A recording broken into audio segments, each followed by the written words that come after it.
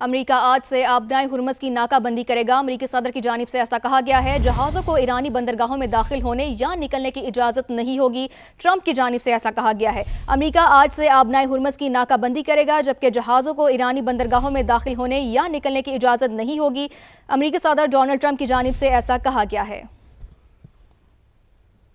ایرانی افواج کے سینٹرل ہیڈ کوارٹرز کے ترجمان کا بدلتی صورتحال کے حوالے سے سخت بیان، کہا خلیج فارس میں سیکیورٹی سب کے لیے ہوگی یا کسی کے لیے بھی نہیں۔ ترجمان نے خبردار کیا کہ اگر ایرانی بندرگاہ غیر محفوظ ہوئیں تو خطے میں کوئی بھی بندرگاہ محفوظ نہیں رہے گی۔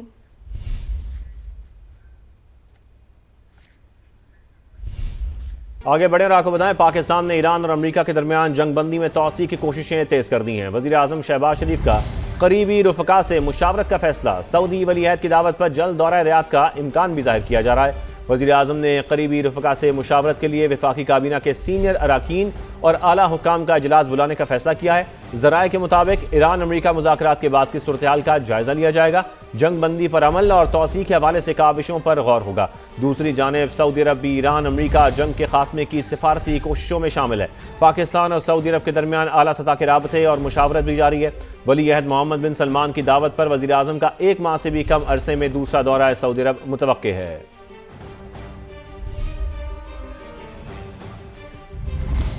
براہ راست آپ کو لیے چلیں کراچی، وزیر سندھ شرجیل انعام میمن پریس کانفرنس کریں۔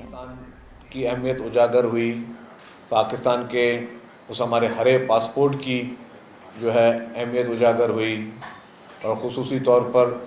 جو ہے میں ذکر کروں گا کہ یہ پوری ہماری جو سول اور ملٹری لیڈرشپ تھی اس کو کریڈٹ جاتا ہے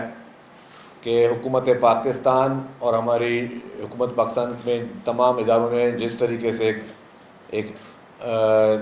دنیا کو یہ باوقر کروایا کہ ہماری اہمیت کیا ہے۔ تو اس کے لیے میں مبارکباد پیش کروں گا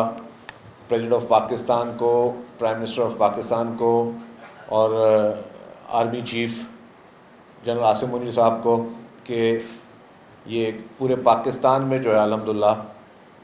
پاکستان ایک اچھی کوشش کی، اور انہوں نے کہا ظاہر ہے کہ وہ پاکستان اپنا کردار آگے بھی ادا کرتا رہے گا، لیکن پورے پاکستان میں جو ہے پوری دنیا کو جو ہے وہ پاکستان کی اہمیت کا پتہ چلا کہ پاکستان سے پہلے بھی ایک نہایتی اہم جو ہے وہ دور سے گزرا، اور بہت ہی اہمیت پاکستان کی ہے۔ ایک واحد اسلامی ایک ایٹمی طاقت ہے پاکستان، اور پھر پچھلے سال جس طریقے سے معرکہ حق میں بھارت کو عبرتناک شکست دی پاکستان نے، اور اس میں آپ نے دیکھا کہ جس طریقے سے بھارت کی امبیرسمنٹ ہوئی اور آئسولیشن میں بھارت انٹرنیشنلی گیا، تو وہ بھی ایک تاریخی یہ دور ہے، اور اس میں بھی جس طریقے سے ہماری آرمڈ فورسز نے جس ہمت کے ساتھ اور جس جرأت کے ساتھ بھارت کو عبرتناک شکست دی، تو وہ ابھی تک غم بھارت نہیں بھول سکی۔ اور آپ نے دیکھا کہ اس وقت بھی جو آپ کے جب اسلام آباد میں کانفرنس ہو رہی تھی تو بھارتی میڈیا اس وقت بھی جو ہے وہ ایک پریشانی میں مبتلا تھا۔ اس بھی چند دن پہلے پھر بھارتی وزیر جو ان کے تھے ان کے منسٹر، انہوں نے بھی پھر پاکستان کے جو لینگویج یوز کی، تو بھارت کو اس پورے سینیریو میں جو ہے وہ ان کو پریشانی تھی، اور وہ پاکستان کی جیلیسی میں اور پاکستان کی اس انٹرنیشنلی فورم پر جس طرح پاکستان الحمدللہ اپنی ڈپلومیٹک سکسیس حاصل کر رہا ہے، اس سے بھارت کو ایک میں سمجھتا ہوں کہ نہ صرف ان کے لیے ایک ڈپلومیٹک فورم پر ان کے لیے شکست تھی، اور لیکن اس ساتھ ساتھ ان کی انگزائٹی بھی اس میں زیادہ ظاہر ہو رہی تھی، جس طریقے سے ان کی بھارتی میڈیا اس چیز کو اٹھا رہی تھی۔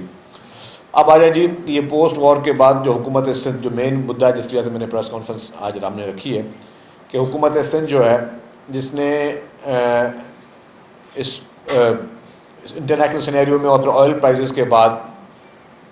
جو فیصلے وفاقی حکومت نے کیے اور پھر صوبائی حکومت نے کیے، اور اس میٹنگ کی شروعات پریزیڈنٹ آصف علی زرداری صاحب نے کی، اور انہوں نے اسلام آباد میں ایک اجلاس کیا جس میں چاروں وزیر اعلیٰ تھے، پرائم منسٹر صاحب تھے، اور تمام یہ مشترکہ طور پر فیصلے کیے گئے کہ جو بھی پیٹرول کی پرائسز ہائیک ہوئی ہیں اس کے بعد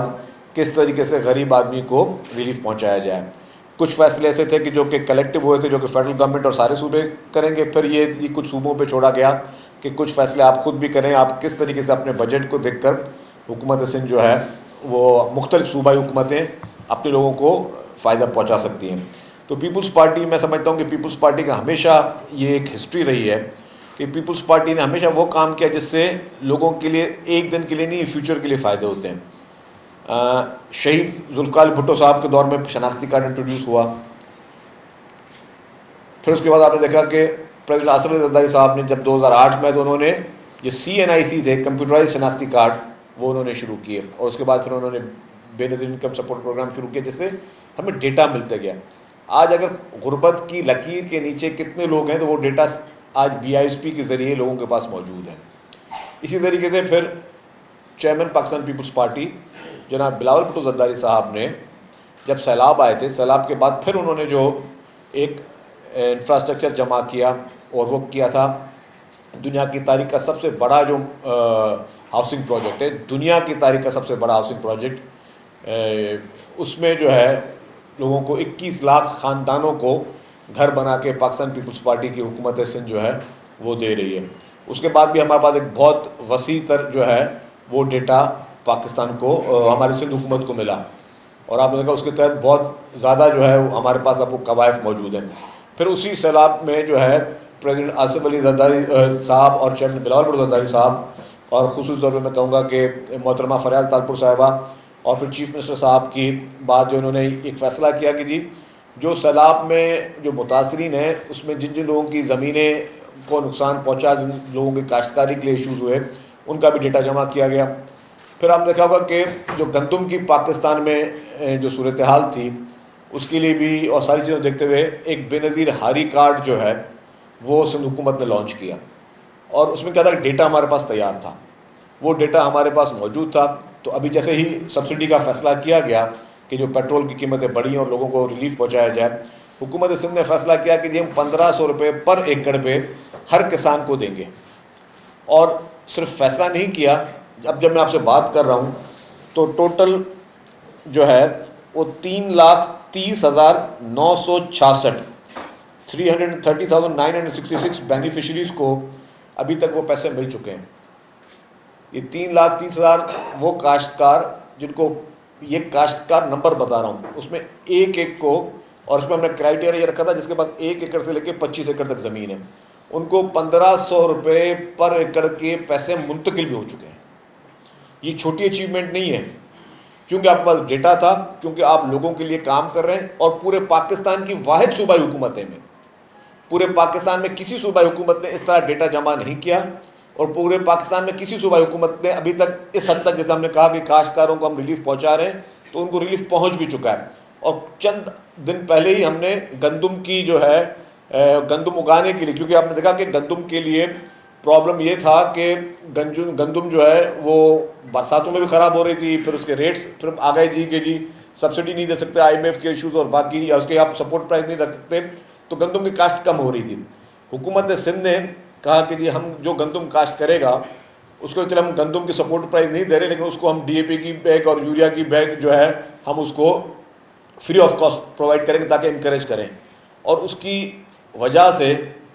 آج جو گندم کی پیداوار ہوئی ہے اس بار سندھ میں بمپر کراپ ہوئی ہے, اور اس بمپر کراپ کے بعد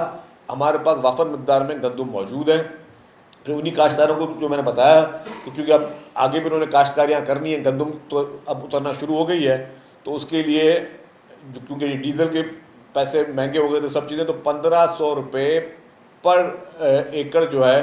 ان کسانوں کا جن کا ڈیٹا موجود تھا ان کو مل چکے ہیں. اور میں نے بتایا